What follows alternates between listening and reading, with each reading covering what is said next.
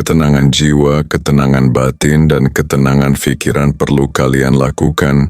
Tetapi jika semua itu belum kamu dapatkan, saya harap kamu harus mendapatkannya. Dan bagaimana Anda mendapatkan itu semua? Anda berada di posisi yang tepat. Dengarkan video ini. Mari kita rubah sifat yang ada di pikiranmu. Ayo kita mulai. Mungkin memperbaiki hubungan yang retak. Mungkin mengejar mimpi yang sudah lama terpendam. Mungkin sekadar berani mengatakan, aku ingin hidup untuk diriku sendiri, bukan untuk memenuhi ekspektasi orang lain. Karena seperti yang dikatakan banyak filsuf, tidak ada yang lebih menyakitkan daripada hidup dalam bayang-bayang kehidupan yang tidak pernah kamu pilih. Dan kalau hidup ini benar-benar singkat, bukankah lebih bijak memilih jalan yang, bahkan jika berakhir hari ini, kamu bisa tersenyum dan berkata, aku sudah mencoba. Jadi, daripada menunggu alarm kehidupan berbunyi keras, kenapa tidak mendengarkan bisikan kecil di dalam diri hari ini? Karena mungkin suara itulah yang paling jujur. Dan mungkin di sanalah kebebasan sejati kita bermula. Apa kamu berani mendengarnya? Poin ketiga, menemukan makna dan kebahagiaan melalui pelatihan batin. Kadang, yang berat itu bukan perjalanan hidupnya, tapi perasaan kosong yang muncul di tengah semua keberhasilan. Checklist sudah banyak yang tercentang. Sekolah selesai, kerja oke, mungkin sudah punya pasangan, sudah punya aset, mungkin juga sudah dihormati banyak orang. Tapi di sela-sela kesibukan itu, ada ruang hening di dada, yang entah kenapa tetap terasa kosong. Bisa jadi, seperti yang sudah kita bahas sebelumnya, waktu berjalan begitu cepat sampai kita lupa untuk benar-benar bertanya, apa sebenarnya yang aku cari? Biasanya saat kita merasa kosong di tengah pencapaian, itu karena kita mengejar sesuatu di luar diri, tapi lupa menumbuhkan sesuatu di dalam diri. Budaya di sekitar kita kadang memperkuat ilusi ini. Sukses sering dinilai dari gelar, dari jabatan, dari seberapa besar rumahmu, seberapa viral postinganmu, tapi seberapa sering ada yang bertanya, apa kabar hatimu saat bangun pagi? Mungkin inilah kenapa ada banyak orang yang terlihat kuat, terlihat sukses, tapi hatinya rapuh. Karena kita terbiasa membangun pencapaian, tapi lupa membangun batin. Ada satu kebenaran sederhana yang sering dilupakan. Kebahagiaan sejati itu bukan soal punya banyak, tapi soal butuh lebih sedikit. Kamu pernah nggak pura-pura bahagia? Tersenyum di depan kamera, tertawa di keramaian, tapi hati kosong. Bukan karena kamu munafik, bukan karena kamu palsu, tapi karena ada tuntutan sosial yang begitu kuat.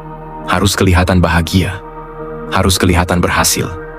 Sampai-sampai, tanpa sadar, kita lebih peduli bagaimana orang melihat hidup kita, daripada bagaimana kita sendiri merasakannya. Coba bayangin, semua yang kamu punya sekarang, jabatan, uang, pengakuan, semua itu hilang dalam semalam. Kamu masih merasa layak hidup? Kalau jawabannya ragu, mungkin sudah waktunya membangun sesuatu yang lebih kokoh. Bukan status, bukan kekayaan, tapi karakter, nilai, ketenangan batin. Karena saat semua hiasan dunia runtuh, yang tersisa hanya siapa dirimu yang sebenarnya. Tanda-tanda kecil sering muncul sebelum semuanya runtuh. Merasa gelisah padahal tidak tahu kenapa. Merasa kosong meskipun sibuk. Merasa iri pada orang lain, padahal sadar kita juga punya banyak. Kalau kamu merasa seperti itu, mungkin bukan pencapaian yang kurang, tapi kedamaian yang hilang. Tapi, kenapa kita terus pura-pura puas? Mungkin karena takut mengecewakan keluarga, takut dipandang gagal, takut ditinggalkan. Atau mungkin karena zona nyaman itu lebih familiar daripada ketidakpastian mencari jalan baru. Padahal kalau dipikir lagi, berpura-pura puas hanya memperpanjang jarak antara diri kita yang sekarang dan diri kita yang seharusnya. Secara biologis, otak kita memang lebih cepat merasa bahagia dari pencapaian luar. Pujian, gaji naik, followers bertambah. Semua itu memicu dopamin, hormon kebahagiaan instan. Tapi efeknya cepat hilang. Dan kita mulai lagi mengejar validasi baru, tanpa pernah benar-benar merasa penuh. Seperti minum air laut untuk menghilangkan haus. Kalau sekarang meditasi, healing, retreat jadi tren, itu ada sisi positifnya. Orang mulai sadar, kesehatan mental itu penting. Tapi, kalau semua itu hanya dijalani setengah sadar, hanya ikut-ikutan tren. Apa bedanya dengan ngejar likes di sosial media? Penyembuhan batin itu bukan gaya hidup kekinian. Itu perjalanan sunyi, yang seringkali nggak ada yang lihat, nggak ada yang tepuk tangan. Dan itu butuh kejujuran brutal. Berani mengakui bahwa mungkin hidup kita selama ini diarahkan oleh ketakutan, bukan oleh keberanian. Ada pertanyaan yang menarik untuk direnungkan. Apa mungkin menerima hidup yang biasa-biasa saja adalah bentuk kedewasaan? Bisa jadi iya, tapi bisa juga sebaliknya. Bisa jadi kita hanya menyerah. Menyerah karena takut gagal. Menyerah karena takut malu. Menyerah karena lelah mengejar sesuatu yang bahkan bukan milik hati kita. Jadi kuncinya ada di niat. Kalau memilih hidup sederhana karena sadar bahwa itu cukup, itu kekuatan. Kalau menyerah karena takut mencoba, itu kelemahan. Kadang, dalam sibuknya kita mencari kebahagiaan, kita lupa bahwa kebahagiaan itu sebenarnya sudah ada, tersembunyi di balik tumpukan keinginan, ketakutan, dan ekspektasi. Kebahagiaan bukan sesuatu yang perlu dikejar mati-matian, tapi sesuatu yang perlu disadari dan dirawat. Kalau kebahagiaan bisa dibeli kayak diskon 11,11, mungkin banyak orang bakal check out tanpa pikir panjang. Tapi, sama seperti barang diskon yang kadang cepat rusak, kebahagiaan instan pun cepat pudar. Pilihan selanjutnya juga menarik untuk direnungkan. Mau hidup tenang tapi anonim, atau hidup viral tapi gelisah? Karena tidak semua popularitas membawa damai. Dan tidak semua ketenaran adalah kemenangan. Kadang, membandingkan diri dengan orang lain memang terasa enak. Melihat ada orang yang hidupnya lebih susah, lalu merasa sedikit lebih baik. Itu naluri dasar manusia untuk bertahan. Tapi, kalau terus hidup dari membandingkan diri dengan penderitaan orang lain, kapan kita membangun makna hidup kita sendiri? Ada juga fakta yang sedikit getir. Banyak orang lebih rela pura-pura bahagia demi jaga citra, daripada jujur bahwa mereka lagi berantakan. Dan mungkin itu bukan salah siapa-siapa. Karena dari kecil kita diajari untuk kuat di luar, bahkan kalau di dalam hancur. Tapi pertanyaannya sekarang, mau sampai kapan? Mau terus hidup untuk membuat orang lain nyaman? Atau mulai hidup untuk membuat diri sendiri tenang? Hari ini mungkin saat yang tepat untuk jujur. Jujur tentang apa yang sebenarnya membuat hati kita merasa penuh. Bukan apa yang membuat orang lain kagum. Karena hidup ini terlalu singkat untuk terus bermain peran. Dan terlalu berharga untuk disia-siakan dalam kebohongan kecil yang kita ciptakan sendiri. Apa kamu siap menemukan kembali dirimu yang sebenarnya? Apa kamu berani membangun kehidupan yang mungkin sederhana di mata dunia, tapi kaya dan utuh di mata hatimu sendiri? Poin keempat, nilai kesabaran dan upaya berkelanjutan.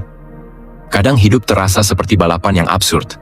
Kamu berlari sekuat yang kamu bisa, napas terengah-engah, tapi tetap saja ada orang yang tampaknya lebih cepat, lebih berhasil, lebih di depan.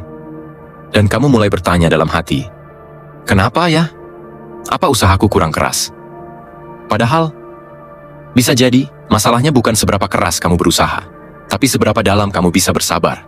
Sabar bukan soal berhenti. Sabar itu soal tetap berjalan, bahkan saat semua terasa lambat. Bahkan saat semua orang di sekitar kelihatannya sudah lebih dulu sampai. Biasanya, kalau kita dengar kata sabar, yang terlintas adalah menahan diri. Diameter menerima. Tapi, sebenarnya, sabar bukan hanya soal diam. Sabar itu tentang bagaimana kamu tetap bergerak maju.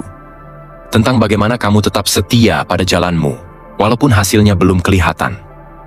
Tentang bagaimana kamu bertahan ketika godaan untuk menyerah lebih menggoda daripada harapan. Seperti yang kita bahas di poin sebelumnya, manusia memang punya kecenderungan mencari hasil instan. Otak kita dibentuk untuk mencari reward cepat. Itu sebabnya scrolling media sosial terasa adiktif, sedangkan menulis buku atau membangun bisnis terasa membosankan di awal. Karena hasilnya jauh, karena prosesnya panjang, karena buahnya belum tampak. Bayangin kalau kamu tanam pohon, lalu tiap hari kamu bongkar tanahnya cuma buat lihat, udah numbuh belum ya? Kamu pikir itu ngebantu pohonnya tumbuh? Tentu tidak. Yang ada, akarnya rusak. Seringkali, kita seperti itu dalam hidup. Kita terlalu sering mencabut akar usaha kita sendiri, karena tidak sabar menunggu hasil. Dan anehnya, kita menyebut itu sabar. Kita bilang, Aku sudah sabar kok. Padahal di dalam hati kita marah, cemas, dan tidak percaya diri. Kita berdalih, padahal sebenarnya kita sudah menyerah. Ada garis tipis antara sabar dan menyerah. Sabar adalah terus berusaha, meskipun dunia terlihat berjalan lebih cepat. Menyerah adalah berhenti berusaha, lalu membungkusnya dengan kata-kata indah agar terasa lebih bisa diterima. Kalau direnungkan lagi, mungkin itu sebabnya banyak orang merasa stuck. Karena mereka sudah berhenti bergerak, tapi masih merasa sabar. Tapi sebenarnya, sabar bukan tentang menunggu tanpa melakukan apa-apa. Sabar itu aktif. Sabar itu sadar bahwa sesuatu butuh waktu, tapi tetap mengambil langkah kecil setiap hari, walaupun rasanya lambat. Bisa jadi kamu pernah merasa, kenapa ya sabar itu terasa makin berat saat dunia bergerak begitu cepat? Jawabannya sederhana. Karena kita hidup di zaman di mana kecepatan dipuja-puji. Kalau bisa instan, kenapa harus susah payah? Padahal, tidak semua hal berharga bisa didapat dengan instan. Menurut studi neurologi, manusia secara alami lebih memilih kepuasan cepat karena bagian otak bernama nucleus accumbens sangat responsif terhadap hadiah jangka pendek. Ini bukan salahmu. Ini mekanisme bertahan hidup. Tapi itu juga alasan kenapa melatih sabar jadi jauh lebih sulit dan jauh lebih mulia. Kalau sabar itu mudah, mungkin semua orang bisa. Kalau sabar itu cepat terlihat hasilnya, mungkin tidak ada orang yang frustrasi. Tapi seperti membangun rumah kokoh, fondasi yang kuat justru dibangun di saat tidak ada yang melihat. Di saat tidak ada tepuk tangan. Di saat tidak ada validasi. Biasanya kalau kita dengar motivasi soal tetap sabar, kita cuma disuguhi kalimat-kalimat manis tanpa instruksi nyata. Padahal sabar itu harus diasah. Latihan kecil setiap hari, memilih menunda kepuasan, memilih tidak membalas komentar negatif, memilih tetap belajar, tetap bekerja, tetap berbuat baik. Bahkan saat tidak ada hasil langsung, sabar itu pilihan. Dan setiap pilihan membentuk karakter. Tapi tentu saja, tidak semua kesabaran itu sehat. Ada sabar yang justru merusak diri sendiri. Mungkin kamu pernah merasa, semakin aku sabar, semakin aku diperlakukan tidak adil. Dan itu bisa jadi benar. Karena dunia ini tidak selalu adil terhadap orang yang diam. Kalau kamu merasa seperti itu, mungkin ini saatnya bertanya, apakah yang perlu diperbaiki adalah kesabaranmu atau batasanmu? Sabar itu tetap perlu batas. Sabar bukan berarti membiarkan orang lain melewati batas. Sabar bukan berarti membiarkan dirimu diinjak. Kalau kesabaranmu membuatmu kehilangan harga diri, mungkin itu bukan lagi sabar. Itu bentuk penyangkalan. Ada kalanya, sabar berarti berani berkata, cukup. Cukup diperlakukan tidak adil. Cukup menunggu tanpa kejelasan. Cukup bertahan di tempat yang tidak memberimu ruang untuk bertumbuh. Dan setelah berkata cukup, kamu kembali bergerak. Dengan kepala tegak. Dengan hati tenang. Bayangin. Kalau setiap kesabaran kita dikonversi jadi cashback, mungkin kamu sudah punya saldo yang cukup untuk beli pulau sendiri. Tapi realita tidak sesederhana itu.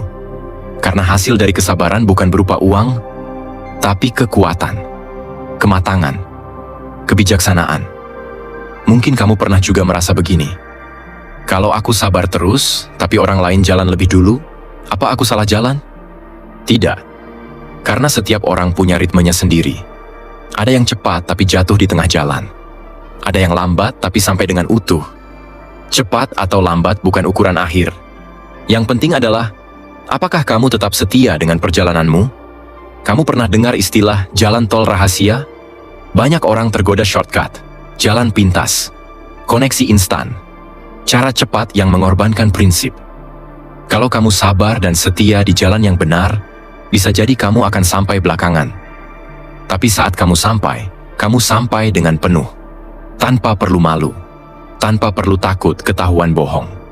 Sekarang, mari kita masuk ke sisi gelap sedikit. Apa yang terjadi di dalam otakmu saat kamu merasa sabar di luar, tapi diam-diam membenci semua orang yang lebih cepat sukses? Jawabannya sederhana. Otakmu melepaskan kortisol, hormon stres, karena kamu merasa kalah secara sosial. Ini alami. Ini manusiawi.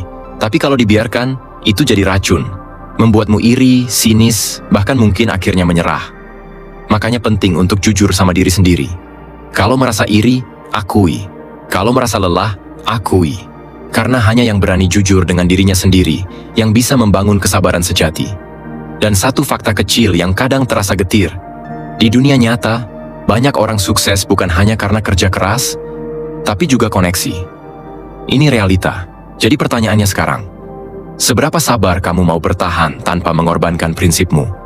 Seberapa kuat kamu mau berjalan lambat, sambil tetap setia dengan nilai-nilai yang kamu pegang? Karena dalam dunia yang serba cepat, sabar adalah bentuk pemberontakan. Dan dalam dunia yang penuh manipulasi, menjaga prinsip adalah bentuk kekuatan. Sabar itu bukan diam. Sabar itu membangun. Pelan, dalam, dan tahan lama. Karena, seperti yang kita bahas dari awal, yang bertahan sampai akhir bukan yang paling cepat, tapi yang paling sabar. Dan mungkin, kalau kamu bertahan cukup lama, suatu hari kamu akan melihat ke belakang dan bersyukur bahwa kamu tidak menyerah ketika semua terasa sia-sia. Karena ternyata, tidak ada usaha yang benar-benar sia-sia kalau kamu tahu caranya menunggu. Poin kelima, nilai pengampunan dan membantu orang lain. Kadang tanpa sadar, kita memikul beban yang bahkan bukan kita yang ciptakan. Kita menggendong rasa sakit dari kesalahan orang lain, menyimpannya dalam diam, seolah itu bagian dari tugas kita.